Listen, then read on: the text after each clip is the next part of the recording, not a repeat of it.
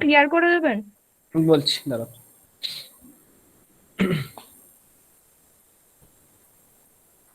দেখো, তুমি একটু মাইকটা অন রাখবে, ঠিক আছে?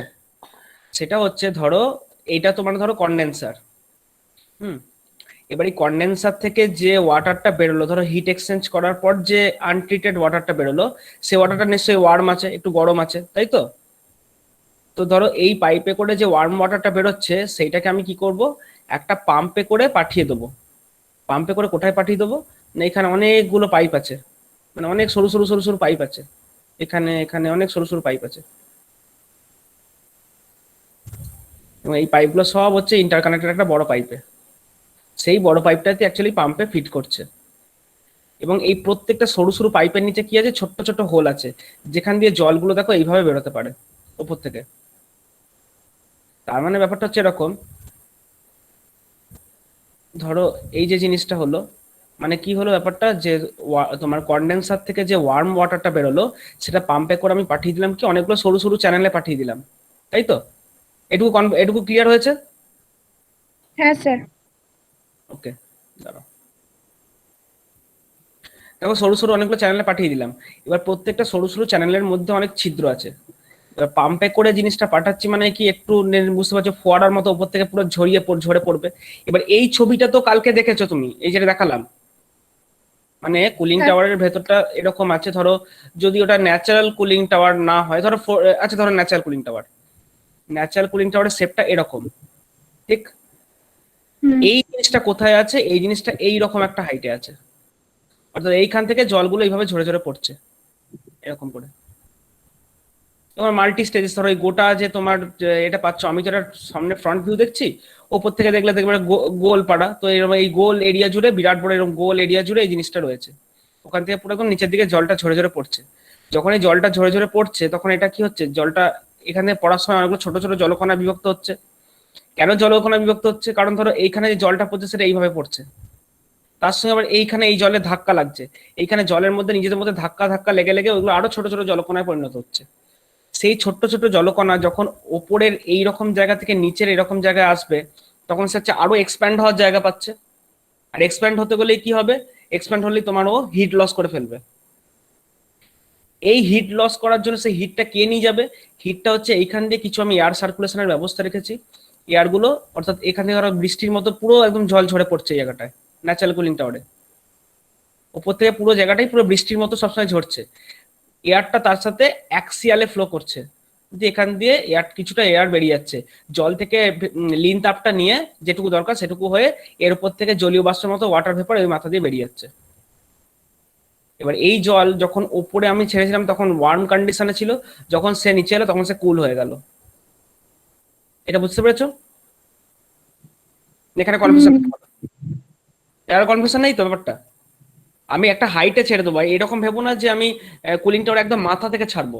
যদি ন্যাচারাল কুলিং টাওয়ার হয়, মোটামুটি তার মিডল পোর্শন থেকে জলটাকে ছাড়া হয়। আর ওপর দিকে শেপটা হচ্ছে তো ওয়াটার ভেপারটা বেরিয়ে যাওয়ার শেপ। এই হচ্ছে ব্যাপার। তো এটা গেল তোমার ন্যাচারাল কুলিং টাওয়ার। যদি ফোর্সড ড্রপড কুলিং টাওয়ার হয়, তাহলে তোমার কুলিং টাওয়ারের শেপটা হচ্ছে এরকম। অর্থাৎ সেক্ষেত্রে এটা যেমন কি, গোটা কুলিং টাওয়ারের ভেতরে তুমি কোথাও দাঁড়াতে পারবে না, যেখানে দাঁড়াবে তুমি বৃষ্টিতে ভিজে যাবে।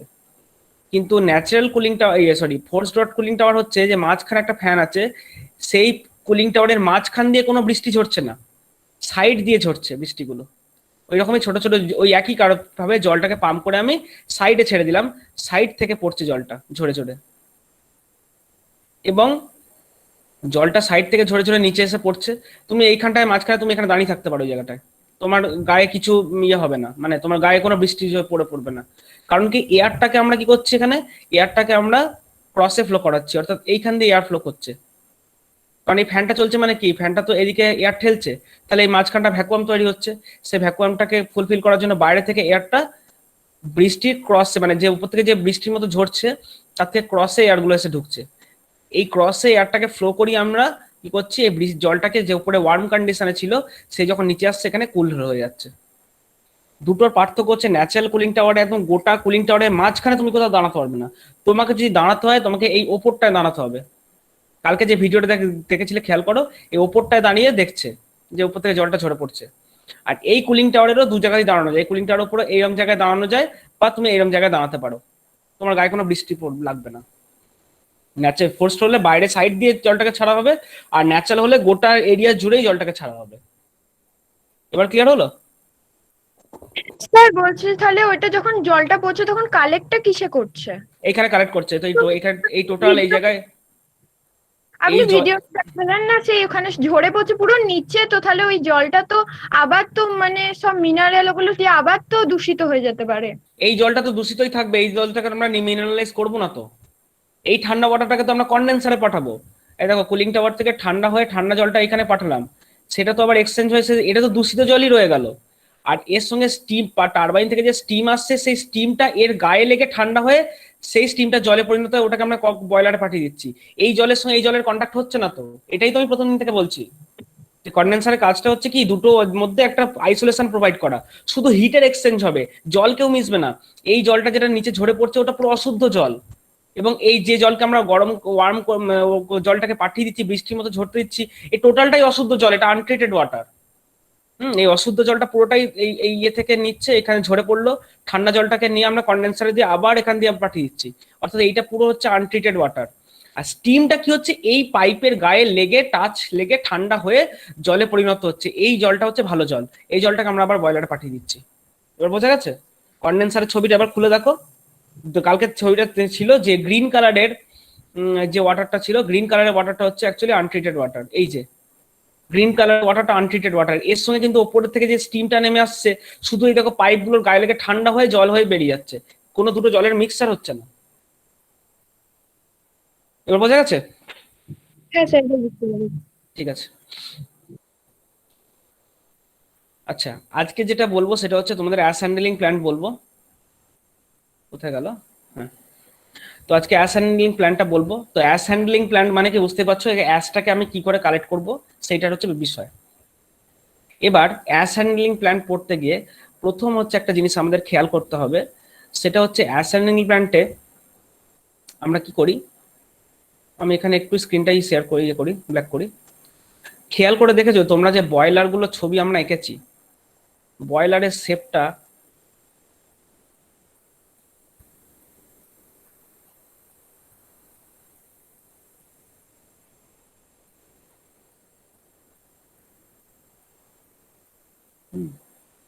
আমার বলার বক্তব্য হচ্ছে বয়লার তো আমরা এরকম পড়েছি।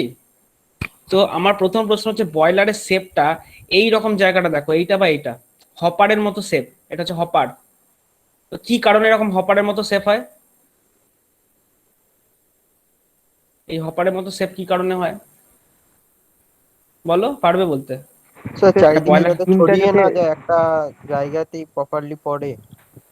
হ্যাঁ, কারণ হচ্ছে বয়লারের মধ্যে আমি তো কোলটাকে ফায়ার করছি, সেই কোলটা ফায়ার হওয়ার পর যাতে ওটা ছড়িয়ে না যায়, যাতে ওটা ফানেলের মতো ওই হপারটা দেওয়া ওই জন্যই।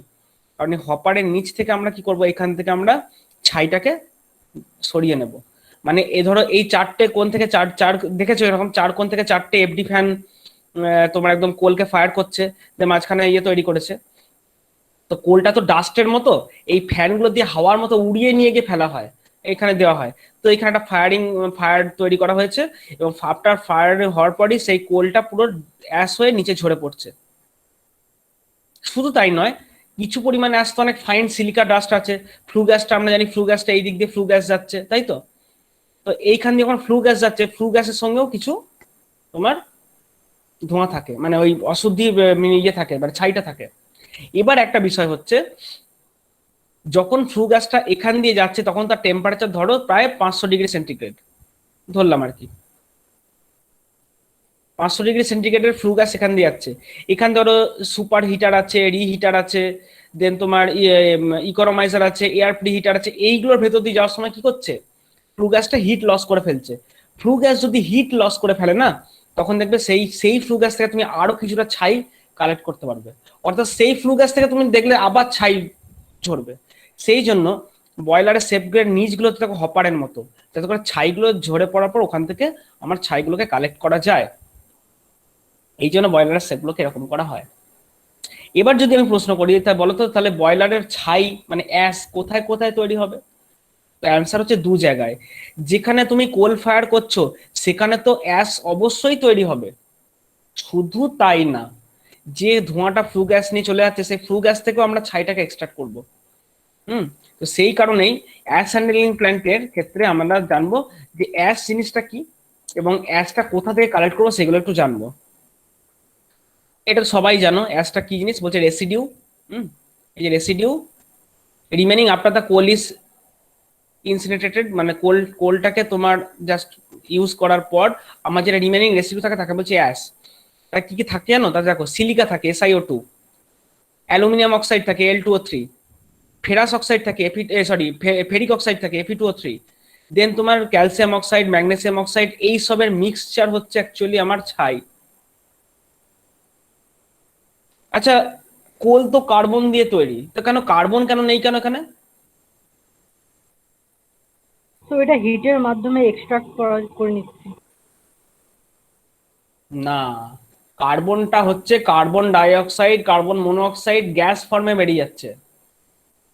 ব্যাপারটা বোঝা গেছে? কার্বন, তুমি যখন কোলকে ডাস্ট বানাচ্ছ না, তখন কোলকে যদি তুমি ডাস্ট বানাও তাহলে পুরো যতটুকু কার্বন আছে ততটুকু কার্বনই কিন্তু ট্রিট হবে, মানে ততটুকু কার্বনই কিন্তু ফায়ার্ড আপ হবে। হওয়ার পর সেই পুরো কার্বনটাই, অলমোস্ট পুরো কার্বনটাই তোমার carbon die oxide, carbon monoxide ইত্যাদি ওই গ্যাস হয়ে ফ্লু গ্যাস হয়ে বেরিয়ে যাবে। কিন্তু নিচের দিকে যেটা ঝরে পড়বে তাতে কোনো কার্বন থাকবে না। কোল তৈরি হওয়ার জন্য শুধু তো কার্বন না, কোল শুধুমাত্র পিওর কার্বন না, কার্বন ছাড়া ওই যে silicon, aluminium, ferrous, calcium, magnesium প্রত্যেকটা খনিজ ধাতু থাকে ওই একটা কোলের মধ্যে। যখন সেই কোলের পালভারাইজড কোল মানে পাউডারের মতো কোলকে তুমি যখন ফায়ার করছো, কার্বন ডাই অক্সাইড হয়ে ওপর দিয়ে বেরিয়ে যাচ্ছে, বাকি অ্যাশের মধ্যে দেখো এই সব জিনিস পড়ে থাকে, এই সব অক্সাইড, মানে এরাও অক্সিজেনের সাথে ট্রিট করে এই সমস্ত অক্সাইড তৈরি করে। তো অ্যাশ হ্যান্ডলিং সিস্টেম কাজটা কি করে না, অ্যাশটাকে তিন জায়গা থেকে কালেক্ট করে। কোথা থেকে? আমি যে এই যে আগের ছবিটা, সরি ছবিটা চলে গেছে, আমি এই ছবিটা দেখালাম যে ছবিটা অনুযায়ী তিন রকম জায়গা থেকে অ্যাশ কালেক্ট করা হয়। নাম্বার ওয়ান হচ্ছে বটম অ্যাশ। বটম অ্যাশ কথাটা শুনে তোমরা বুঝতে পারছো বটম মানে কি, নিচ, নিচে, অর্থাৎ ঠিক যেখানে ফার্নেস, সেই বয়লার ফার্নেসের একদম নিচ থেকে যেখানে হপার আছে, ওই যে বড় হপারটা, ওই হপার থেকে তুমি যে কালেক্ট করবে that is called bottom ash. এছাড়াও ফ্লু গ্যাস যখন আফটার ইকোনমাইজার এগুলো হয়ে বেরিয়ে যাচ্ছে, ওইখানেও একটা দেখো বর্ড আছে যেটাকে আমরা বলছি কোর্স হ্যাশ। কোর্স অ্যাশ নেওয়ার পরও যে ধোঁয়াটা বেরিয়ে যাচ্ছে সেই ধোঁয়া থেকে আমরা আবার অ্যাশকে কালেক্ট করি, that is called fly ash. তার মানে অ্যাশকে বেসিক্যালি তিন জায়গা থেকে কালেক্ট করা হয়, বটম অ্যাশ, কোর্স অ্যাশ এবং ফ্লাই অ্যাশ। তিন জায়গা থেকে অ্যাশ কালেক্ট করি। শুধু কালেক্ট করলেই হলো না, অ্যাশ ডিসপোজাল সিস্টেম, যেখানে অ্যাশকে আমরা ডিসপোজ করব সেই জায়গাটায়, এবং সেখান থেকে water recovery system from ash pond, bottom ash overflow, এইসব ইয়েগুলো আছে আর কি।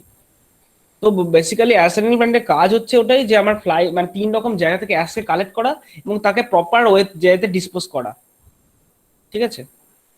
এবং বেসিক্যালি যেটাকে আমরা কোর্স অ্যাশ বলছি, কোর্স অ্যাশটা কিন্তু বেসিক্যালি হচ্ছে ইকোনমাইজার পার্টটার অ্যাশ। ইকোনমাইজার পার্টের অ্যাশ হচ্ছে কোর্স অ্যাশ। তোমাদের একটা ইকোনমাইজারের ছবি দেখিয়েছিলাম, ইকোনমাইজারের ছবিটা আমি একবার খুলছি, দেখো ছিল, ওটা বয়লারে ছিল।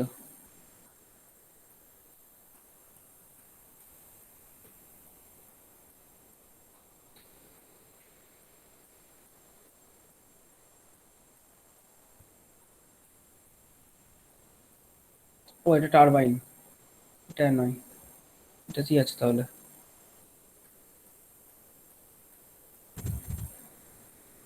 হুম, তোমাদের একটি ইকোনমাইজারের ছবি, এটাও কি হলো? তোমাদের একটা ইকোনমাইজারের ছবি দেখিয়েছিলাম। এই যে ইকোনমাইজারের পাইপগুলো দেখছো, এই পাইপের ভেতরে কি থাকে? জল থাকে।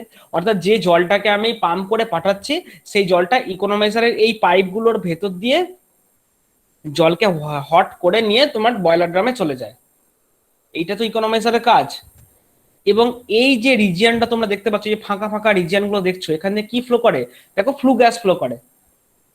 এবার ফ্লু গ্যাস যদি এই জায়গা দিয়ে ফ্লো করে তাহলে কি হবে, ফ্লু গ্যাসগুলো এই যে পাইপগুলো আছে পাইপগুলোর গায়ে ছাইয়ের আকারে ফ্লুটা জমা হবে।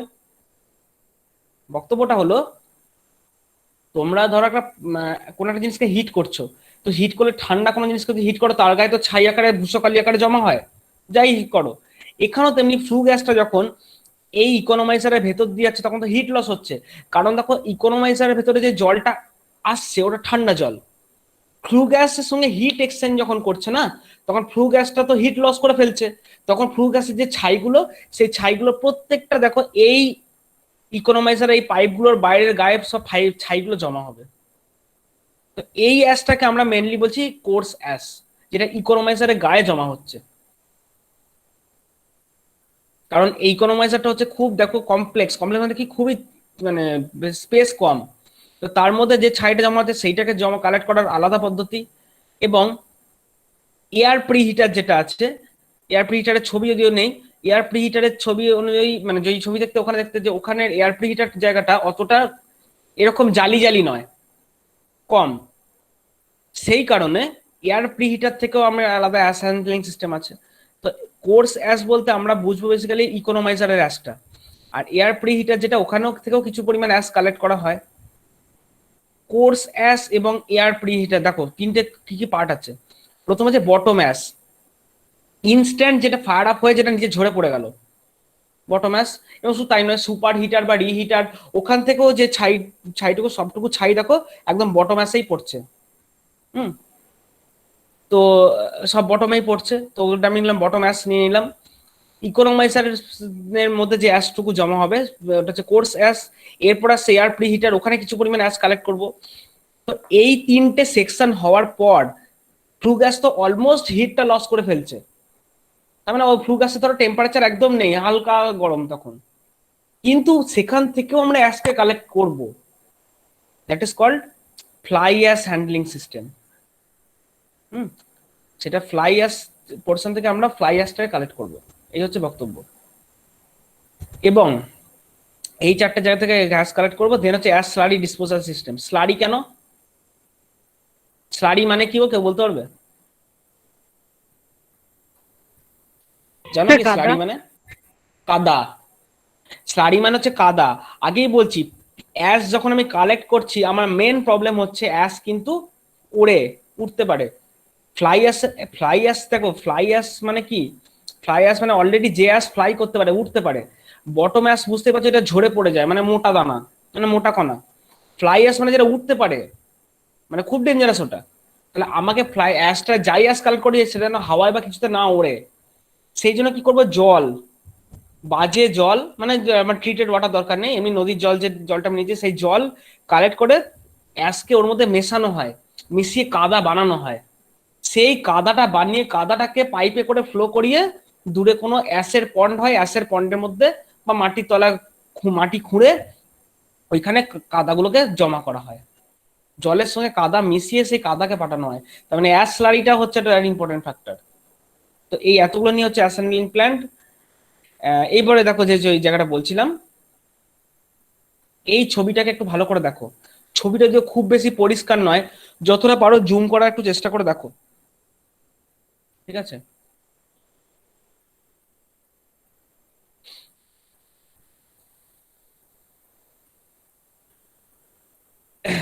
প্রথম হচ্ছে এইখানে দেখতে পাচ্ছ, আমি তারা একটু ম্যাগনিফায়ারটা অন করি।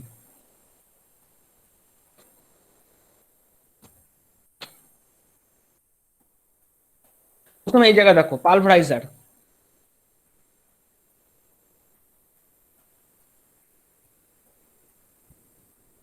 প্রথম দেখো পালভারাইজার। পালভারাইজার মানে হচ্ছে কোল যেখানে আমি পালভারাইজ করছি সে হপারে, মানে যেখানে এই তোমার কোল হ্যান্ডলিং প্ল্যান্টে যেখানে কোলকে আমরা ডাস্ট বানাচ্ছি, ডাস্ট বানিয়ে দেখো এখানে বয়লারে দিলাম, তো বয়লারে ফায়ার আপ হলো। ফায়ার আপ হওয়ার পরই এইখান থেকে যে অ্যাসটা ঝরে পড়ছে সেটা হচ্ছে একদম বটম অ্যাস। সেই বটম অ্যাসটা কি করছি আমরা, বটম অ্যাস ছাড়াও এইখানে যে কয়লার, যেখানে কয়লাকে আমরা পালভারাইজ করছি না, সেই কয়লার সঙ্গেও বেশ কিছু কাদা মিশে আসে। এইখানকার যে থার্ড স্টেজ, মানে থার্ড স্টেজ যে তোমার ক্রাসার আছে, সেই থার্ড স্টেজ ক্রাসারে কাদাটা ঠিক আলাদা হয়ে যায়। মানে ওখানে কিছু ভাইব্রেটার আছে, যে ভাইব্রেটার যখন চলে কয়লার ছোট ছোট কণাগুলো, মানে কয়লার যে ছোট ছোট কণাগুলো সেইগুলো আলাদা সেকশন হয়ে যায়, যেগুলো হালকা কাদা পাথর নুড়ি বা এইরকম যদি কিছু থাকে সেই সেকশন আলাদা হয়ে যায়। জাস্ট ভাইব্রেটারটা মেকানিক্যাল ডিজাইন, ওটা ভাইব্রেটারটা এমন ভাবে ডিজাইন করা যেন কোল আর ওটকে পুরো আলাদা করে দেয়। কারণ নিশ্চয়ই আমি নুড়ি কাঁকড় বালি ওইগুলো নিশ্চয়ই আমি বয়লার মধ্যে দেবো না ক্রাশ করে। তাহলে সেইখান থেকে আমি কিছু স্লারি মেটেরিয়াল পাচ্ছি, যে মেটেরিয়ালটাকে আমি এখানে জমা করছি। এখান থেকে পেলাম আমি বটম অ্যাশ, অর্থাৎ যেটা ছাই হয়ে ইনস্ট্যান্ট ইনস্ট্যান্ট যেটা হয়ে যেটা ঝরে পড়লো সেইটাকে কি করছি আমরা, এই দুটোকে নিয়ে এখানে জল লেখে নিই, এখানে তাছাড়া জল দেওয়া হচ্ছে, দিয়ে দিয়ে দুটোকে মিশিয়ে এইখান থেকে নিয়ে নেওয়া হচ্ছে দেখো একটা গ্রাইন্ডার মেশিনে। গ্রাইন্ডার মানে বুঝতে পারছো যেখানে একটু নড়ানো চড়ানো হবে আর কি। তো আচ্ছা জলটা এখানে দেওয়া হয়েছে, সরি জলটা স্লারিতে দেওয়া হয়েছে। তো এই জায়গাটাতে পুরো একদম ইয়ে দিচ্ছে আর কি, মানে ছাইগুলোকে সব মেশাচ্ছে, দিয়ে এইখানে অ্যাকচুয়ালি তোমার ভাইব্রেটার আছে, এই যে এই এখানে একটা হপার, মানে এই হপারের পরে সেকেন্ড স্টেজ হপার, অর্থাৎ এই হপারটা হচ্ছে 3 জায়গা থেকে কালেক্ট করলো, এই ছাইটাকে নিয়ে চলে এলো এই জায়গাটায়। এটা আরেকটা হপার, যে হপারের মধ্যে আবার দেখো একটা কনভেয়ার বেল্ট চলছে। কনভেয়ার বেল্ট মানে কি, ছাইটাকে ফ্লো করে নিয়ে গিয়ে একটা বড় স্লারি ট্যাঙ্কে ফেলছে, বলে স্লারি ট্যাঙ্ক। শুধু এখান থেকে নয়, এরপর দেখো এটা আছে ইকোনোমাইজার। ইকোনোমাইজারের ওই যে অ্যাশটা আমি নিলাম। সুপার হিটার অ্যাকচুয়ালি এরকম জায়গাটা রয়েছে, সুপার হিটার রিহিটার এরকম জায়গা রয়েছে, মানে সুপার হিটার বা রিহিটারের গায়ে যে ছাইগুলো লাগবে সেই ছাইটাও আমার অ্যাকচুয়ালি এই বটম অ্যাসে আমি পেয়ে যাব। কিন্তু ইকোনোমাইজার সেকশন থেকে আমি আলাদা অ্যাস পাবো, এবং হচ্ছে যেটা এয়ার প্রি হিটার ওখান থেকে আরো ফাইন অ্যাস পাবো। মানে ইকোনোমাইজার থেকে দেখো এখানে একটা জায়গা আছে, এখান থেকে ইকোনোমাইজারের অ্যাসটা কালেক্ট করছে, দিয়ে এইখানে নামিয়ে নিয়ে চলে আসছে। এয়ার প্রি হিটার থেকেও দেখো অ্যাস কালেক্ট করছে, এখানে নামিয়ে নিয়ে চলে আসছে, যে সেইটা দুটোকে একটা ট্যাঙ্কে মেশাচ্ছে।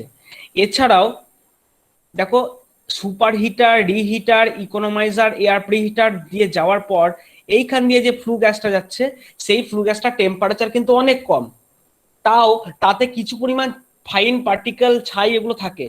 সেইখানে হচ্ছে ছাইটাকে আলাদা করতে হবে একটা বিশেষ যন্ত্রের সাহায্যে, যেটা তোমাদের ইলেকট্রিক্যাল ইঞ্জিনিয়ারিং একটা জিনিস, ইএসপি, ইলেকট্রোস্ট্যাটিক প্রেসিপিটেটর।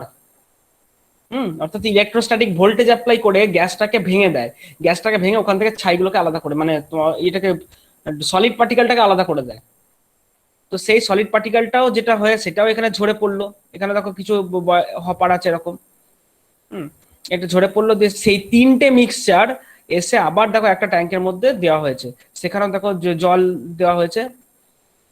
দুটো কনভেয়ার বেল্ট আলটিমেটলি আসছে স্লারি মিক্সিং ট্যাঙ্কে, অর্থাৎ এখানে একটা সেই বড় সেই হয় না যেরকম সেই মশলা মাখার মেশিনের ভেতর যেরকম দেখেছো সবসময় মেশিনটা ঘুরে চলে, তার ভেতর পুরো একদম মশলা মাখা হচ্ছে, ওখানে এই ধরনের একটা ইয়ে সবসময় পুলি ঘুরে চলেছে, যেটা হচ্ছে কাদাটাকে জলের সঙ্গে কাদাটাকে মেশাচ্ছে।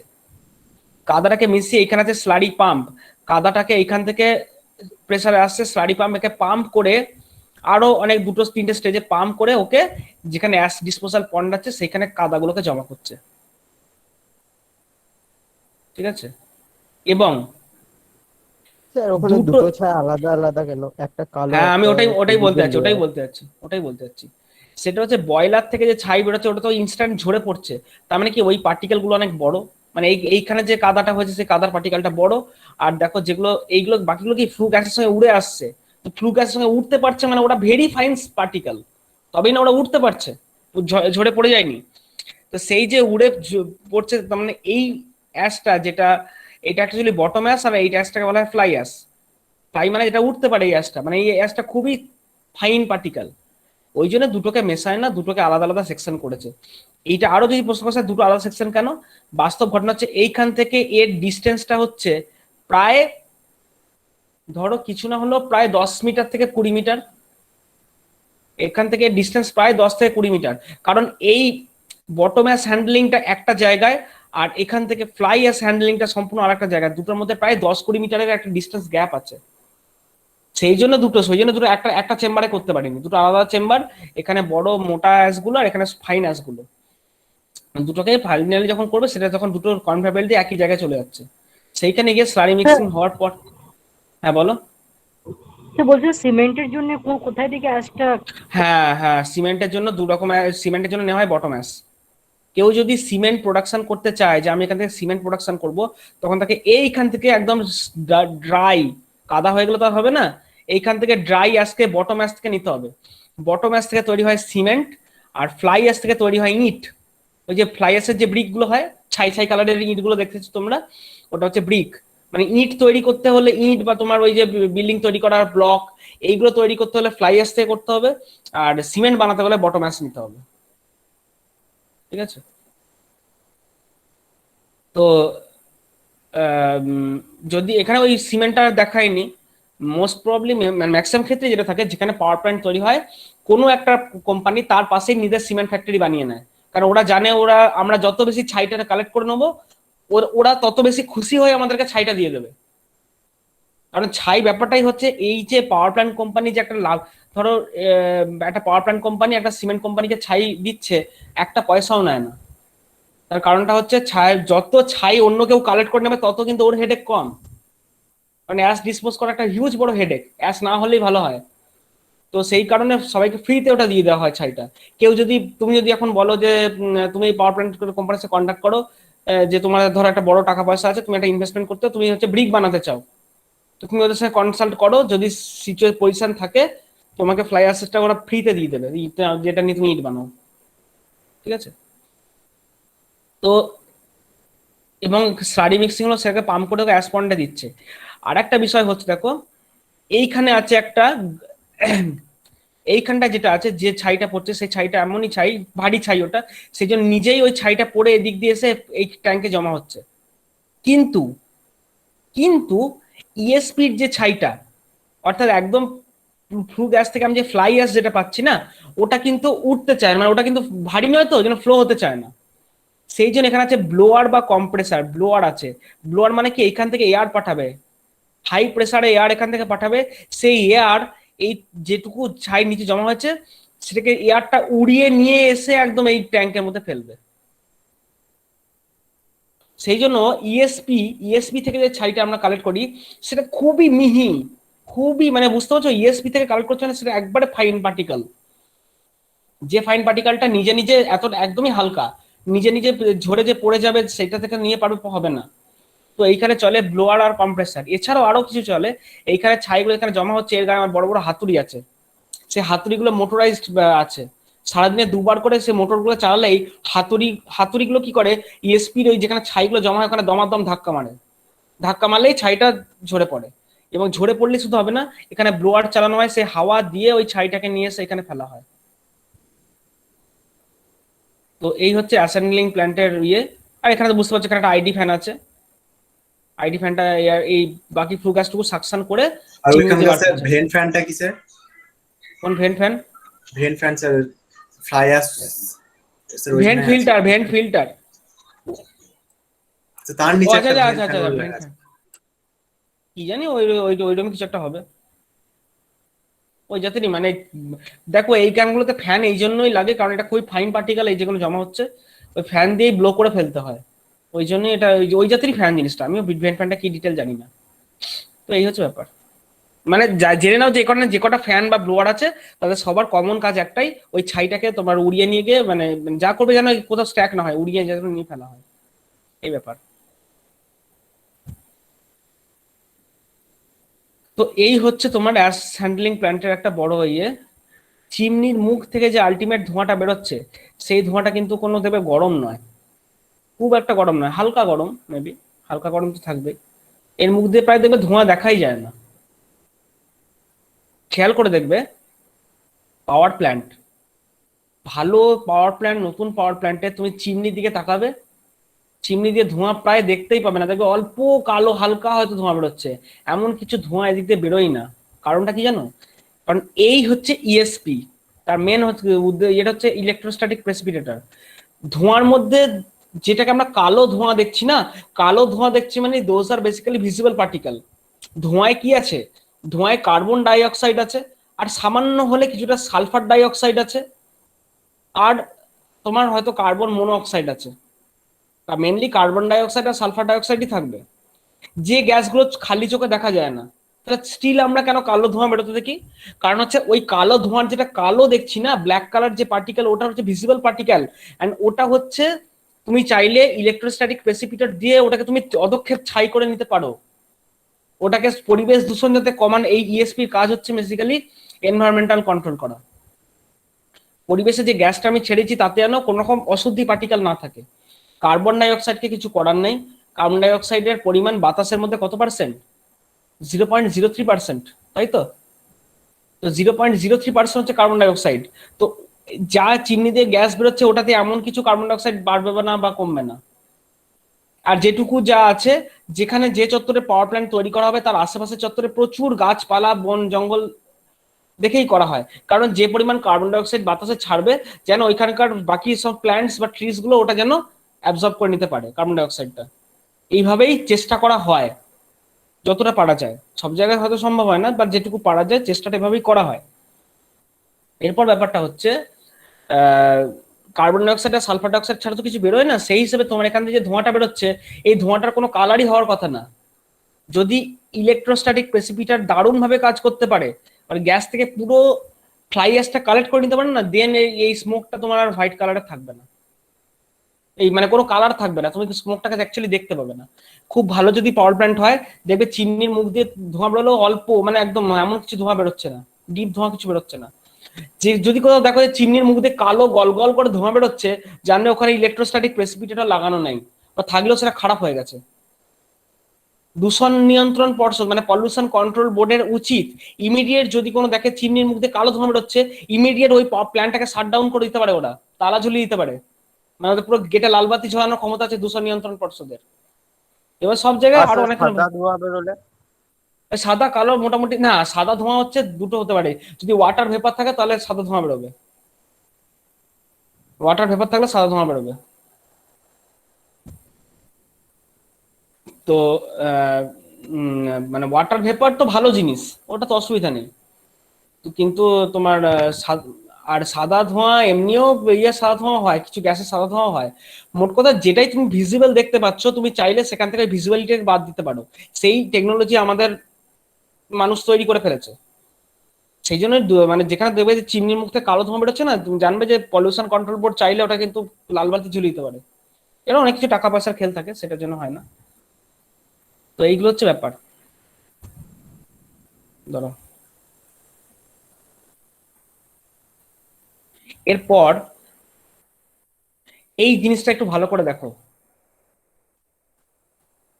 একটা যদি তুমি ধরো কোল, হুম, কি হলো,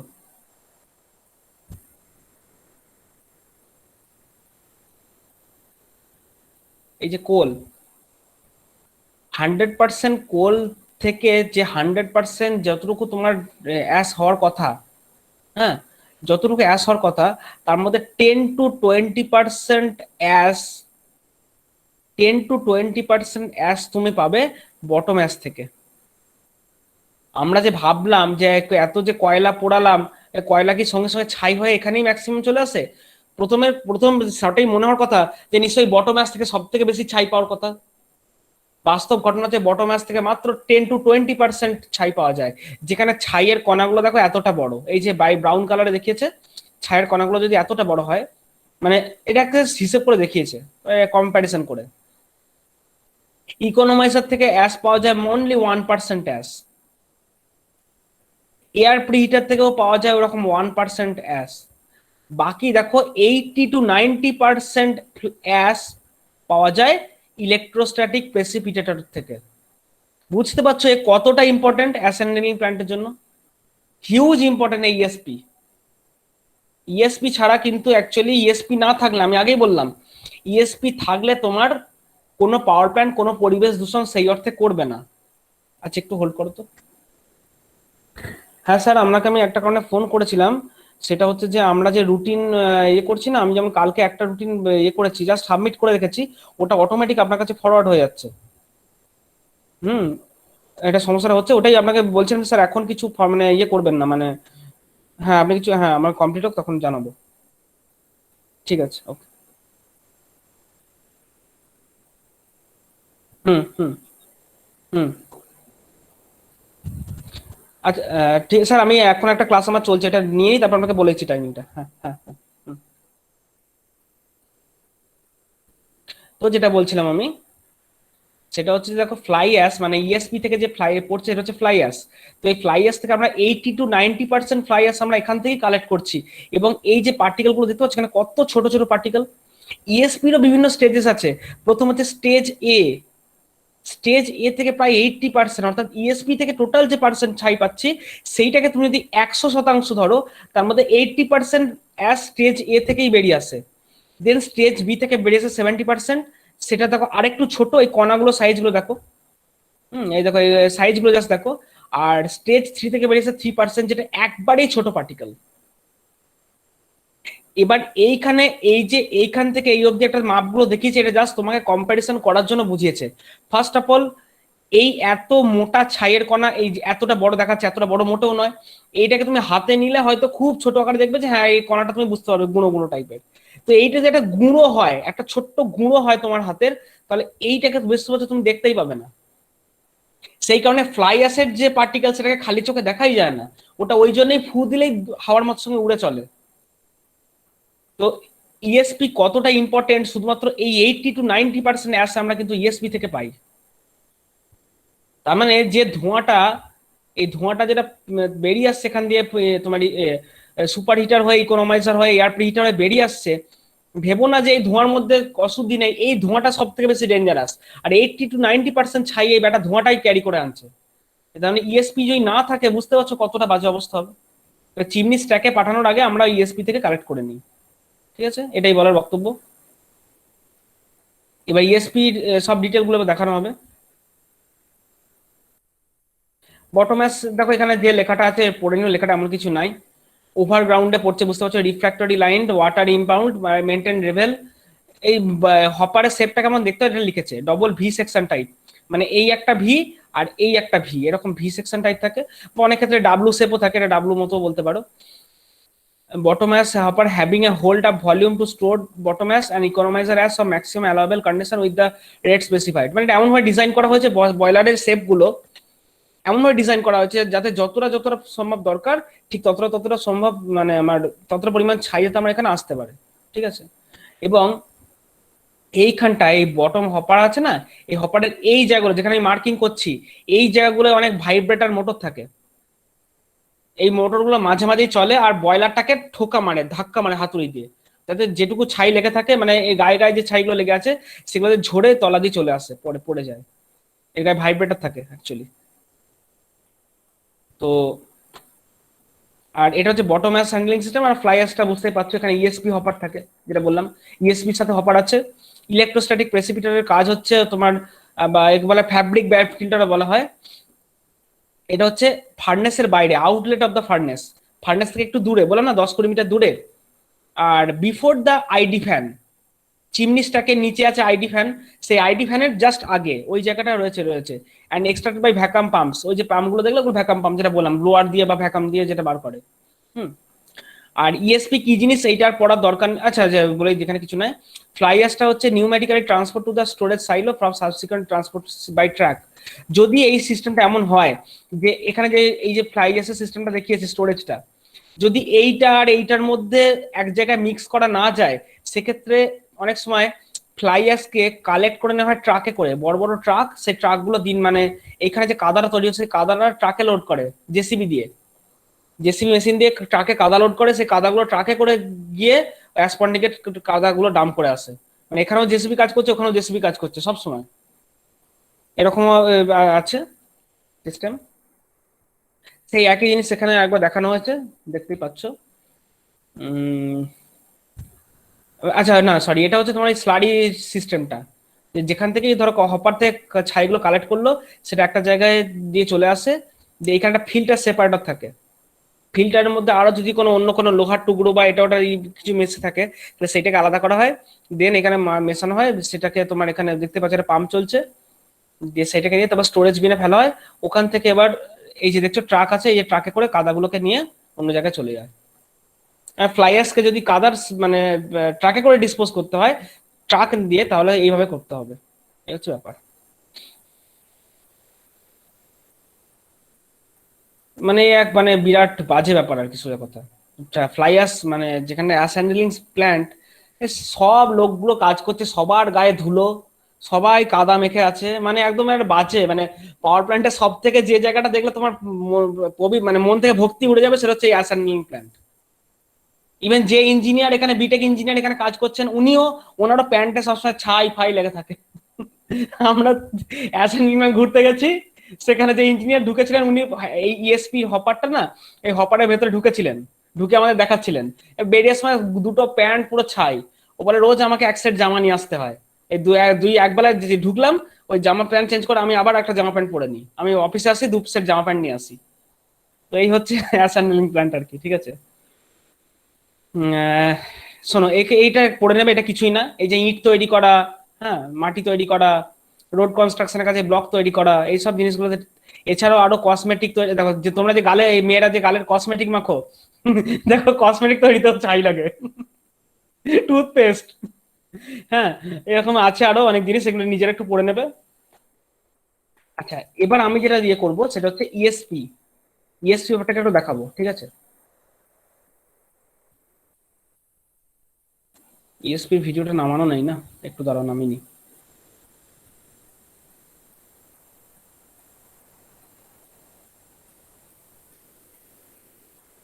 এ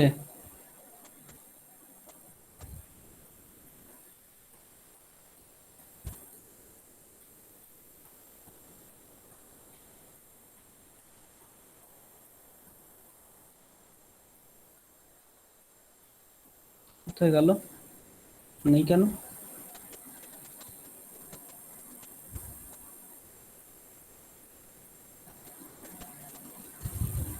এই রে, দাঁড়াও তো, ইএসপিটা ছিল যে।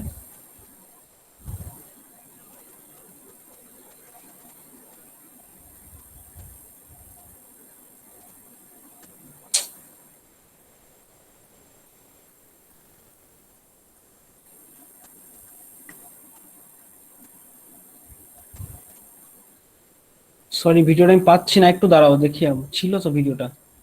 এই যে ইএসপি, হ্যাঁ পেয়েছি, 45 MB ডাউনলোড করে নি, বলছি, দেখাচ্ছি।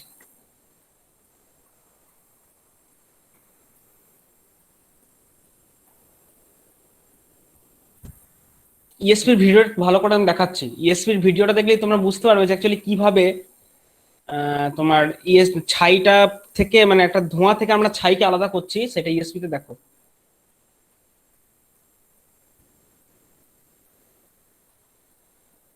এটা একটা নিউ ট্যাবে চালাই, সাউন্ডটা পাবে তোমরা দেখতে।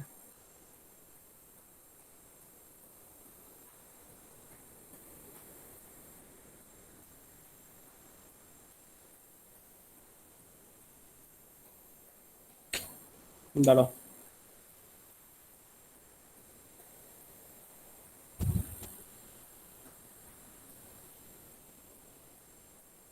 ESP basic concept. কি হলো, কি হলো, কি হলো? আচ্ছা, দেখতে পাচ্ছ ব্ল্যাক ব্ল্যাক স্ক্রিনটা দেখতে পাচ্ছ তো? হ্যাঁ স্যার। কিন্তু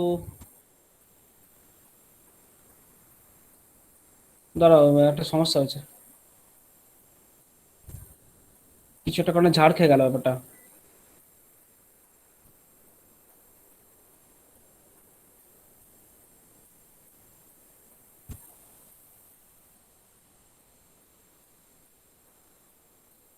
ট্যাব, ইএসপি বেসিক কনসেপ্ট, আচ্ছা এইটা।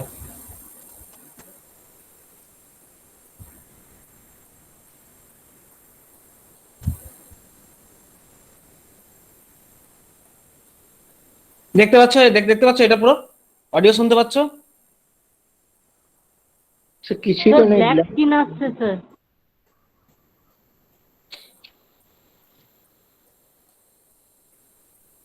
এখনো ব্ল্যাক স্ক্রিন এসছে? হ্যাঁ স্যার, হ্যাঁ স্যার। অডিও স্যার আপনার পয়েন্টারটা শুধুমাত্র মুভ করছে, এটাই দেখতে পাচ্ছি। আচ্ছা, এবার দেখো তো, দেখতে পাচ্ছ? হ্যাঁ স্যার, এবার এবার আসছে। আসছে। হ্যাঁ স্যার।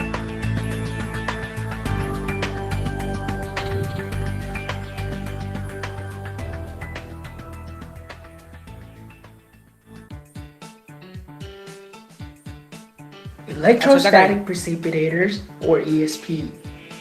দেখো, আগে আমি চেহারাটা একটু দেখাই। দেখতে পাচ্ছ এই দিকটা হচ্ছে তোমার, আমি যে দিকটা মাউস নাড়াচ্ছি এই দিকটা হচ্ছে, বুঝতে পারছো এটা বয়লার। আশা করি বুঝে গেছো, এটা বয়লারটা এরকম যাতে রয়েছে, মানে এর পিছন দিকে বয়লারটা রয়েছে আর কি। এবার এই যে বড় বড় ইয়েগুলো, এগুলো সব স্টিম যাওয়ার পাথ, এখানে আরো সব মানে ওই সুপার হিটার সবকিছু এখানে আছে। ওখান থেকে যেটা বেরিয়ে এলো ধোঁয়াটা, দেখো এই দিকটা দিয়ে যাচ্ছে। এই যে ব্লু কালারের যেটা দেখছো চেম্বারটা, এই ব্লু কালারের চেম্বারটা হলো ইলেকট্রোস্ট্যাটিক প্রেসিপিটেটর। এখানে সব বাকিটুকু ছাইটা পুরো জমা হয়ে গিয়ে তারপর এটা দেখো চিমনিসটাকে আইডি ফ্যানে চলে যায়, আইডি ফ্যানে হয়ে চিমনি দিয়ে বেরিয়ে যায়। তো এইটা হচ্ছে ইলেকট্রোস্ট্যাটিক প্রেসিপিটেটরের পজিশনটা বোঝালাম তোমাকে। বাঁ দিকে বয়লার, ডান দিকে চিমনি স্ট্যাক, তার নিচে আইডি ফ্যান, তার ঠিক আগে এইরকম জায়গায় আছে ESP. Is one of the most efficiency air pollution controls which has been used more than 100 years in many industries. যেটা বলছে যে ম্যাক্সিমাম ইন্ডাস্ট্রিগুলোতে এয়ার পলিউশন কন্ট্রোলের ইয়েতে হয়ে যে ইএসপিটাকে ব্যবহার করা হয়, খুব এফিসিয়েন্ট এটা। Such as power, cement, pulp and paper and so on. Power plant বা সিমেন্ট ফ্যাক্টরি বা অনেক জায়গাতেই এই ইএসপি ব্যবহার করা হয়। যেখানে চিমনি আছে সেই চিমনির আগে একটা করে ইএসপি লাগানো হয়। ESP is designed to remove dust particles from the exhaust gas stream of an industry's process. বলছে যে ইন্ডাস্ট্রি থেকে যে ফ্লু গ্যাসটা বেরোয় বা যে প্রসেস গ্যাসটা বেরোয় সেখান থেকে পার্টিকেলকে কালেক্ট করে নেওয়া হচ্ছে ইএসপির কাজ। How does it work? To answer the question, let's see ESP components. আগে ইএসপি কম্পোনেন্টগুলো দেখো। There are many brands or OEM which supply ESP. দাঁড়াও, However, see ESP component. বেশ, এটা দেখে একটু বুঝতে পারছো ব্যাপারটা, আমি বলে দিই। এইটা একটা ইএসপি চেহারা দেখিছে, যে ব্লু কালারটা দেখলে এটা হচ্ছে এই ব্লু কালারের চেম্বারটা হচ্ছে এরকম, তার নিচে আর আইডি ফ্যান আছে, আইডি ফ্যানটা চিমনি দিয়ে ধোঁয়া বার করছে। এই মানে জাস্ট দেখো, এবং প্রত্যেকটা ইএসপির নিচে, ইএসপির ওপর দিকে যেগুলো হচ্ছে এগুলো হচ্ছে ট্রান্সফরমার, উপরে আছে ট্রান্সফরমার রয়েছে, আর মাঝখান থেকে যেটা ধোঁয়া যাওয়ার পাথ ওখানে ইএসপির তোমার যেগুলো ইলেকট্রোড গুলো রয়েছে, আর একদম নিচে রয়েছে হপার। যে হপারের গায়ে একটা করে মোটর লাগানো, মোটর মানে ওগুলো ভাইব্রেট করে, হপার গুলোকে ধাক্কা মারে যাতে করে জমা ছাইটা হপার থেকে আমি কালেক্ট করতে পারি। এইটা হচ্ছে basic outer diagram structure. Then There are many brands or OEM which supply ESP. দেখো এটা ইএসপির সামনে থেকে লুকসটা দেখো, দেখতেই পাচ্ছ তোমরা। এই দেখো এইদিকে একটা পাইপ উঠেছে, চিমনি ফ্লু গ্যাসের পাইপটা উঠলো, এই টোটাল ভেতরটাই ওই জিনিসগুলো রয়েছে। এবং দেখো নিচে দেখতে পাচ্ছ হপার আছে একদম নিচে, ঠিক আছে। However, almost all ESP typically consists of casing. These include inlet duct, ESP body and outlet duct, which can be seen from external. Hoppers are at the bottom of ESP. It lights a channel to convey the dust out of the ESP. বললো যে ইএসপিটাকে বাইরে থেকে তুমি যদি দেখো তাহলে দেখো এর একটা উপর আপার ওয়াল আছে, একটা সাইডার ওয়াল আছে, আর এর নিচে কি আছে হপারের কাজ হচ্ছে এটাকে কালেক্ট করা, বাস ওটাই বললো। And to ash handling system. When wrapping process is applied, dust will be dislodged and transported by ash handling system. Access door or manhole. Let's see the internal part. এখানে ম্যান হোল আছে, দরজা আছে ছোট ছোট, মানুষ চাইলে ওখানে ঢুকতে পারে, ঠিক আছে। ইনফ্যাক্ট ওই দরজা দিয়েই আমাদের যিনি দেখাচ্ছিলেন উনি ওই দরজা দিয়ে ঢুকেছিলেন আর কি, মনে আছে আমার। Parts of ESP. Gas distribution plate is located upstream of the ESP in order to make the gas flow distribute evenly and also utilize the collecting area. এটা যেটা বলছে যে এইখানে একটা প্রথম থাকে কালেক্টিং প্লেট। গ্যাস কালেক্টিং প্লেটটার কাজ কি সেটা হচ্ছে, দেখো এই যে তুমি এখানে একটা দেখেছো, বুঝতে পারছো যে ধোঁয়াটা এদিক দিয়ে এসে ঢুকে দেখো জালি জালি মতো যেটা রয়েছে যেটা হচ্ছে কালেক্টিং প্লেট। কাজটা হচ্ছে যে স্মোকটা এলো সে স্মোকটাকে প্রপার ওয়েতে চ্যানেলে ওয়েতে ডিস্ট্রিবিউট করে এর ভেতর দিয়ে নিয়ে যাওয়া। Collecting plate, which is for receiving and retaining the precipitated particles. Discharge electrodes are designed to emit charging currents. দেখো বাইরে দিয়ে একটা করে যেতে দেখছো তোমরা কালেক্টিং প্লেট, ওই যে ব্লু কালারের যেগুলো দেখছো এগুলো হচ্ছে কালেক্টিং প্লেট। গ্যাসটা বুঝতেই পারছো জানালার মতো, এর ভেতর দিয়ে অনেকগুলো প্যাসেজ আছে আর কি, এই প্যাসেজের ভেতর দিয়ে ধোঁয়াটা এদিক থেকে ওই দিকে যাবে। ব্লু কালার গুলো হচ্ছে কালেক্টিং প্লেট, আর তার গায়ে হচ্ছে তোমার যে ইয়েলো কালারের যেগুলো দেখছো ওগুলোকে বলছি ডিসচার্জ ইলেকট্রোড। তড়িৎ বিশ্লেষণ বা এই ধরনের পড়ার সময় তোমরা যে ইলেকট্রোড পড়েছো ক্যাথোড অ্যানোড, সেই ইলেকট্রোড হচ্ছে এগুলো। আরো ডিটেল দেখো। and forces thus particles in the gas stream to migrate toward collecting plate. আচ্ছা, এখানে যে তোমার তিনটে হপার দেখি যে তিনটে স্টেজ, সেই ছবিটায় দেখলে না, স্টেজ 1, স্টেজ 2, স্টেজ 3, এই ছবিটায়, এই ছবিটায় ইএসপি থেকে 50% না 70% ছিল ওই ছবিটা। ও আচ্ছা আচ্ছা, হ্যাঁ হ্যাঁ ওই ছবি এখন তোমরা দেখতে পাচ্ছ না। আচ্ছা আচ্ছা, বুঝতে পেরেছি। হ্যাঁ, এখন তো আমি ভিডিওটা শেয়ার করেছি। হ্যাঁ হ্যাঁ, ওখানে যে তিনটে দেখলে, তিনটে স্টেজ 1, স্টেজ 2, স্টেজ 3, সেখানে সেই জিনিসটা। তো দেখো স্টেজ 3 তে, স্টেজ 1 এর যে সমস্ত দেখো ডিসচার্জ ইলেকট্রোড গুলো আছে তার সেগুলো চেহারা দেখো, আর স্টেজ 3 তে দেখো কত ঘন ঘন রয়েছে, মানে ওইখানে আরো বেশি যাতে ফাইন পার্টিকেল গুলোকে ইয়ে করতে পারে। Insulator is a key component in the high voltage ESP operation, which its function to electrically isolate the high voltage discharge electrode system. ওপরে কিছুই নেই, কিছু দেখো ইনসুলেটর আছে। ইনসুলেটর গুলোর কাজ কি?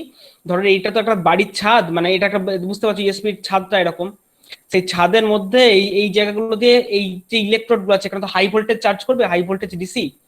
তো হাই ভোল্টেজ যখন চার্জ করবে সেই জন্য সেই চার্জ করার ইনসুলেটর হচ্ছে, মানে এই পাত দিয়ে ইনসুলেটরের ভেতর দিয়ে পাওয়ার গুলো নিচে চলে যায়, যাতে তোমার এটা ইলেকট্রিক্যালি ব্যাপারটা আইসোলেট করা যায়, আর কিছু না। যেরকম ইনসুলেটর ইউজ হয় ওরকমই। From the grounded ESP casing and collecting plates also support discharge electrode weight wrapping system to remove dust from the collecting plates and discharge electrodes. It can be tumbling hammer, which are installed to যেগুলো যেগুলো বললাম দেখো, এগুলো যে tumbling hammer, এই যে দেখছো একটা ভালো করে জিনিস দেখো, দেখো এটা একটা শ্যাফট, তো আমি যেটা মাউস নাড়াচ্ছি, মনে করো এটার সঙ্গে একটা মোটর ফিট করা আছে, তাহলে কি হবে, এইটা পুরো ঘুরবে এরকম করে, এই হাতুড়ির মতো জিনিসগুলো ঘুরবে, আর ঘুরতে ঘুরতে এই প্লেটগুলোকে ধপ ধপ করে ধাক্কা মারবে। এই ব্লু কালারের যে কানেক্টিং প্লেটগুলোর গায়ে এরকম হ্যামার লাগানো আছে, যখন এই স্যাপটা ঘুরবে তখনই হচ্ছে এই হ্যামার গুলো এই জায়গাগুলোতে, প্লেটগুলোতে ধাক্কা মারবে, ধাক্কা মেরে মেরে মেরে মেরে ওর যে গায়ে লাগা ছাইটাকে নিচে ঝরিয়ে হপারে ফেলে দেবে। shaft or may be actuated by electrical like magnetic impulse gravity impact wrapper or what we call Mickey wrapper, which are installed on the rooftop. Anti-sneakage baffle to prevent the সেটা হচ্ছে যে আগে যেটা বললো সেটা হচ্ছে, ধরো হাই ভোল্টেজ মানে যাবতীয় যা কিছু দরকার, মানে হাই ভোল্টেজ ইয়ে করবে বা তার রেকটিফায়ার, এটা হলো সবকিছু রুফটপে ইনস্টল থাকে। রুফটপের সেকশনটা এমন কিছু জটিল না, ট্রান্সফরমার থাকে, ট্রান্সফরমারে এসি পাওয়ারটাকে নিয়ে তার সার্টেন ভোল্টেজ রেঞ্জে নিয়ে চলে আসে যেটা দরকার, তারপর রেকটিফায়ার থাকে, রেকটিফায়ার দিয়ে ডিসি বানায়, যে ডিসি বানিয়ে এই সমস্ত এই ইলেকট্রোড গুলোতে দিয়ে দেয়। gas flow through non-electrical field portion, which does or not be captured. On the top of ESP, দেখো এটা হচ্ছে ইএসপি রুফটপটা, যেটা বললাম ট্রান্সফরমার আছে, ট্রান্সফরমার পর রেকটিফায়ার আছে এই জিনিসগুলো রয়েছে। you can see supply TR set, support insulator chamber and air burst system. When you look inside TR and support insulator chamber, you will see দেখো তোমরা যে ইনসুলেটর গুলো দেখলে উপর থেকে, এটা হচ্ছে সেই উপর থেকে রাখা ইনসুলেটর গুলো। কাজটা কিছুই না, পাওয়ারটাকে যে লাইন দিয়ে ফ্লো করাচ্ছে সেটা যেন আমার কোনো জায়গায় বডি না হয়ে যায়, ওইটাই হচ্ছে ইনসুলেটর গুলোর কাজ, সাপোর্টিং ইনসুলেটর। এই সাপোর্টিং ইনসুলেটর গুলোর উপর থেকেই এই জিনিসটা, টোটাল জিনিসটা হ্যাং করছে নিচের তলায়, মানে নিচের দিকে এইগুলো হচ্ছে তোমার ইলেকট্রিক্যাল ইলেকট্রোড গুলো উপর থেকে জাস্ট হ্যাং করছে। support insulator is to mechanically support discharge electrode wave and isolate DE from CP and grounded ESP due to high voltage supply. High voltage or HV bushing এইগুলো অতটা is important an নয়, মানে insulated transformer device যেন বুঝছো না that এরকম বুঝছি। allows the safe passage of electrical energy to ESP. Post insulator to connect or isolate high voltage between transformer and collecting electrode. For the purge air system, it used to pressurizer support insulator chamber. If your ESP doesn't have purge air system, you might see other type of heater like ring heater and U-type heater. বলে দিই, এই যেগুলো support ইনস্টলটা দেখছো তার নিচে এগুলো থাকে, একটা হিটার চেম্বার থাকে। শুধুমাত্র ছাইটা ওই মানে প্লেট গুলোর গায়ে ছাইটা লাগলেই হবে না, ওই জায়গাটাকে হিটেড করতে হয়। হিটেড না করলে ও ছাইটাকে ধরতে পারে না ভালোভাবে। তো সেখানে হিটারের কয়েল থাকে, হিটার কয়েল দিয়ে হিট করা হয় ব্যাপারটাকে। হুম। আর তোমার এই হিটার, এই যে হিটার ব্যাপারগুলো চলছে, মানে যে গরম হাওয়ার যে পাঠাচ্ছে, তো তার জন্য ব্লোয়ার সিস্টেম এইসব জিনিসগুলো আর কি রয়েছে। এটাই বলার বক্তব্য। The purpose of heater is to maintain the temperature to support insulators. Moisture inside the support insulator, it means sparkling and arcing, and it will lead to electrical leakage like short circuit. When we look at the bottom, তোমরা মোটরগুলো দেখতে পাচ্ছ হপারের গায়ে? দেখো হপারের গায়ে একটা করে motor লাগানো আছে, দেখতে পেয়েছো? হ্যাঁ স্যার। ওই পুরো মোটরটা চলবে পুরো একটাই শ্যাফট, একটা মানে এই হপারের এই ইয়ের দিকে কি বলে তোমার, এই হপারটা যেরকম উপরের প্লেট গুলোকে ভাইব্রেট করাচ্ছ, তেমনি এই হপারের এইগুলোকেও ভাইব্রেট করাতে হয়, মানে ছাই তো এর গায়েও লেগে থাকবে ভেতর দিকে। তো সেই টোটাল ইয়েগুলোর জন্যই দেওয়া এটা পুরো। of ESP, there are three major compartments, which are hopper heater, hopper level indicator, and hopper vibrator. যেটা দেখলে হপার ভাইব্রেটার, এছাড়াও আছে হপার হিটার আছে, অর্থাৎ হপারের সাইড দিয়ে দিতে হিটার চেম্বারও থাকে। মানে এই হপারের ভেতর দিকে যে ধরো অ্যাশগুলো ডাম্প হয়ে আছে, যদি টেম্পারেচার কম হয় না, তাহলে অ্যাশগুলো কিন্তু জমাট বেঁধে যাবে ছাই ওই হপারের গায়ে। যাতে সেটা না হতে পারে সেই জন্য হপারের গায়ে হিটার থাকে। এছাড়া থাকে হপার লেভেল ইন্ডিকেটর, অর্থাৎ ধরো এর গায়ে ছাই জমা হচ্ছে এরকম জায়গায়, তো এই বরাবর ছাইটা, এইটা একটা সেন্সার যে ছাইটা কতটা মোটা পুরু ছাই হচ্ছে। যখনই একটা পার্টিকুলার মোটা পুরু হয়ে যায়, তখনই হপার ভাইব্রেট এটাকে ভাইব্রেট করায়, ভাইব্রেট করিয়ে কাঁপিয়ে ছাইয়ের গায়ে জমা ছাইটাকে নিচের দিকে নামাতে হেল্প করে। Hopper heater will prevent the condensation of moisture on the inner wall of hopper ময়েশ্চারটাকে due control করে। to temperature difference, while the hopper level indicator will detect dust buildup level in order to prevent damage and clogging internal parts. When the dust builds up at the side wall of the hopper vibrator will employ to dislodge the dust in order to minimize the possibility of dust clogging. How ESP collect particles. ESP basically has three principles, which are ionization, collection, and dust removal. তিনটে process হয় শুনিলে, ionisation, collection আর dust removal. ঠিক আছে, দেখো জিনিস দেখো। The ionization was released by this charged electrode. This charged electrode emit negative ion to charge dust particle, and then it will be attracted to collecting plate, which is connected to the ground, so it acts like positive polar. দেখো এই জিনিসটা কি হলো হয়তো সবাই বুঝতে পারোনি, জিনিসগুলো দেখো। ফার্স্ট হচ্ছে এটাকে বলছে ডিসচার্জ ইলেকট্রোড, অর্থাৎ কি করছি ধরো এটাকে আমি নেগেটিভ, ওপর থেকে যে পজিটিভ আর নেগেটিভ আছে না, ধরো এখানে আমি নেগেটিভের একটা প্লেট দেওয়া আছে, তাহলে আমার যখন ধোঁয়াটা এটার ভেতর দিয়ে, ধোঁয়ার কণাটার ভেতর দিয়ে পাস করছে, তখন কি হচ্ছে ধরো এই ইলেকট্রোড থাকার জন্য সেটা নেগেটিভ চার্জ নিয়ে নিচ্ছে। নেগেটিভ চার্জ যখন হয়ে যাচ্ছে, তখন অনেকগুলো নেগেটিভ চার্জ এক কাছে জমাট বাঁধছে। সেই নেগেটিভ চার্জটা কি হচ্ছে, আবার এই কালেক্টিং প্লেটটাকে দেখো আমি গ্রাউন্ড করে রেখেছি, তাহলে সেই ধোঁয়াটা যখন এই কালেক্টিং প্লেটের গায়ে এসে পৌঁছবে, সঙ্গে সঙ্গে কি হয়ে যাবে, ওই যে ধরো এই নেগেটিভ চার্জ গুলো নিয়েছিল, সেই নেগেটিভ চার্জটা এদিক দিয়ে গ্রাউন্ড হয়ে যাবে। তার মানে এটা হয়ে গেল, আবার আর কোনো চার্জ রইলো না।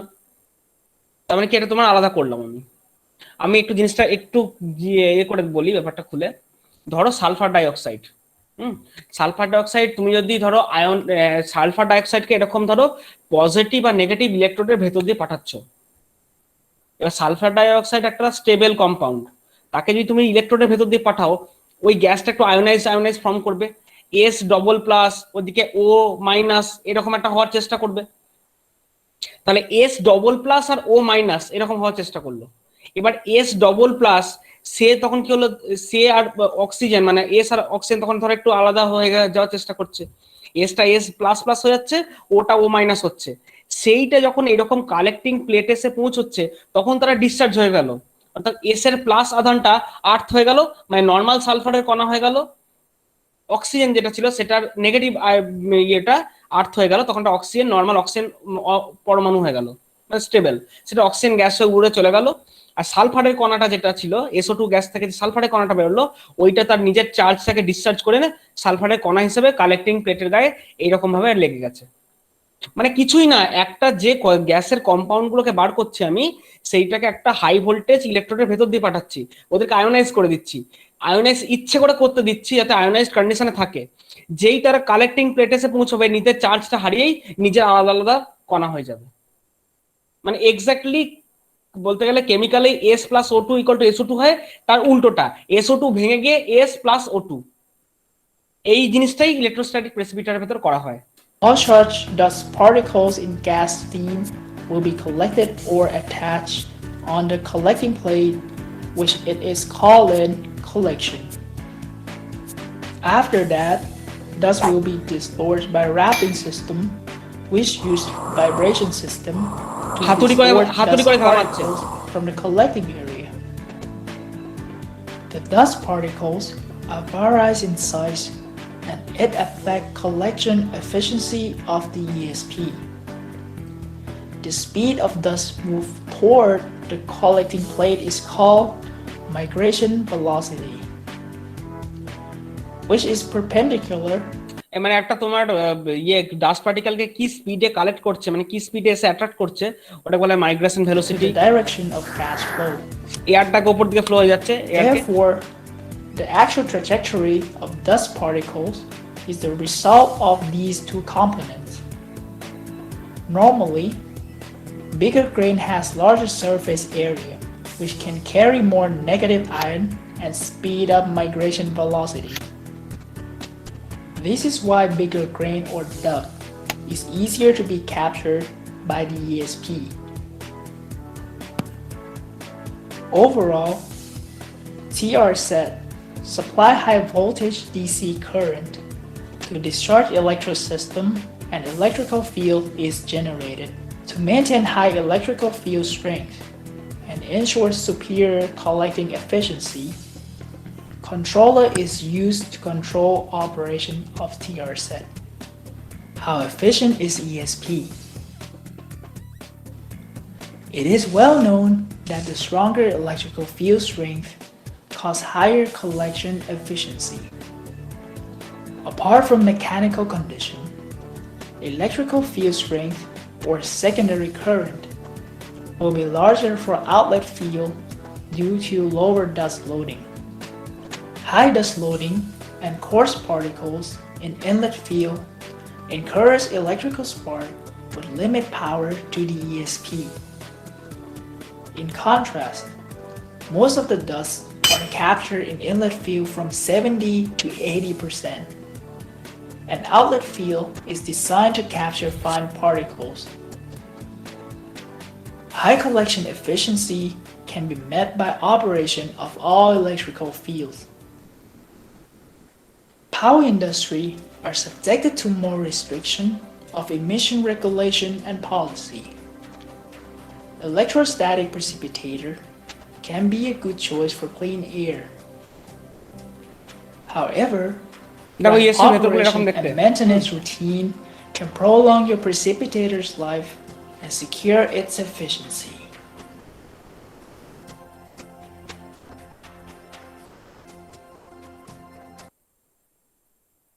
যাই হোক, যেটা দেখলে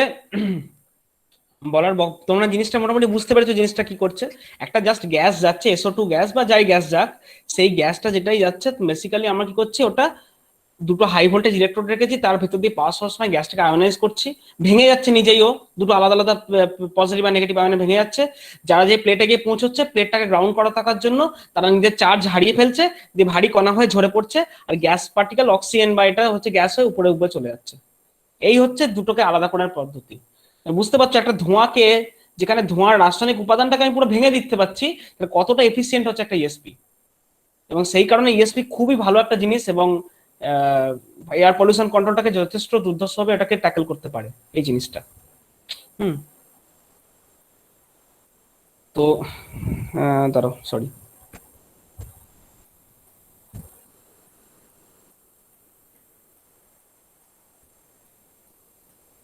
তো ব্যাস সেটাই মোটামুটি এখানেই বলার ছিল।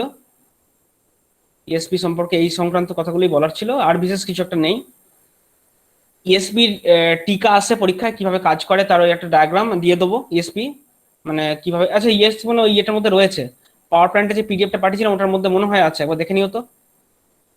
পাওয়ার প্ল্যান্টে যে একটা পিডিএফ পাঠিয়েছিলাম না, ওই ওখানের মধ্যে ইএসপি সুন্দর করে মেকানিক বোঝানো আছে, ওখানে দেখে নিও জিনিসটা। না থাকলে আমি নোটটা দিয়ে দেবো, আমাকেও দেখে নিতে হবে। ব্যাস এই হচ্ছে অ্যাসেম্বলিং প্ল্যান্ট, বোঝা গেছে? কারো কিছু জিজ্ঞেস করার থাকলে একটু জিজ্ঞেস করো। তো কোন ডায়াগ্রামটা দেবো? কোন ডায়াগ্রামটা দেবে? ডায়াগ্রাম হচ্ছে এই যে, আচ্ছা আচ্ছা অ্যাসেম্বলিং, এই যে এইটা খুব ভালো একটা জিনিস। অ্যাসেম্বলিং প্ল্যান্ট সম্পর্কে বলতে হলে তুমি এই ডায়াগ্রামটা দেবে, এই যে ডায়াগ্রামটা এখন খোলা আছে এটা। আর ইএসপি সংক্রান্ত বলতে হলে ইএসপির একটা ডায়াগ্রাম ইএসপি নোটে রয়েছে, না থাকলে আমি ইএসপি নোটটা দিয়ে দেবো। এই যে ভিডিওতে যেটা দেখলে ওইখান থেকেই ইয়ে করা, ওই রকমই ডায়াগ্রামটা, যে আমার ওই কালেক্টিং প্লেট আছে আর ইলেকট্রোড আছে, ইলেকট্রোডে গিয়ে গ্যাসটা ইয়ে হচ্ছে, কালেক্টিং প্লেটে গিয়ে ডিসচার্জ হয়ে নিচে ঝরে পড়ছে, নিচে হপার, এই আর কিছু না। ঠিক আছে? ভোল্টেজটা কত থাকছে? এইটা ভোল্টেজ কত থাকে বাবা আমি ঠিক জানা নেই, আমি হয়তো তখন জেনেছিলাম এখন ভুলে গেছি, আমাকে তাহলে দেখে বলতে হবে ভোল্টেজ কত থাকে মোটামুটি। মানে শুনেছিলাম ইয়েগুলো রেঞ্জে প্রায় হচ্ছে ওই 1100 ভোল্ট মতো মনে হয় থাকে, মানে একটা ইলেকট্রোড ক্যাথোড আর অ্যানোডের মধ্যে মানে 1100 বা 2200 এরকম একটা ভোল্ট থাকে। আমি একটু কনফার্ম হয়ে দেখে বলতে হবে আমাকে, ভুলে গেছি আমি। আর আমার ইয়েতে আমার যে ইয়ে নোট যেটা পাওয়ার প্ল্যান্টের আমার যে মানে প্রজেক্ট রিপোর্টটা অ্যাকচুয়ালি আমার সিউড়িতে পড়ে আছে, মুশকিল এটাই, ওটা সিউড়িতে পড়ে আছে, মানে যে কারণে ওইটা দেখলে আমি কনফার্ম বলে দিতে পারতাম যে কত ভোল্টেজ আছে, ওখানে সব ডিটেল লেখা আছে। হ্যাঁ স্যার বলছে 30 কেভি থেকে 100 কেভি। 30 কেভি থাকে না, ওটা তো ইয়েটাই তাহলে। আরে 30 কেভি তোমার ট্রান্সফরমার থেকে চার্জ করছে, আমি ইলেকট্রোডে বললাম। 30 কেভি তো ট্রান্সফরমার চার্জ করে, ইলেকট্রোডে এসে যেটা পৌঁছচ্ছে ওটা আরো কম। মানে ইলেকট্রোড গুলো ধরো সিরিজে পরপর পরপর সিরিজটাকে রয়েছে, তো পার্ট দুটো ইলেকট্রোডের মাঝখানে বলছি, ওটা প্রায় ওইরকম রেঞ্জে থাকে। 30 কেভি তুমি এটা বলছো, ওটা মানে ট্রান্সফরমার থেকে টোটাল ভোল্টেজ যেটা চার্জ করছে সেইটা। আমার দেখে আবার কনফার্ম হয়ে বলে দেবো, ঠিক আছে? এই কেউ লেফট হয়ে যায়নি তো? অনির্বাণ লেফট হয়ে গেল আবার। হ্যাঁ বলো, কি বলছো বলো।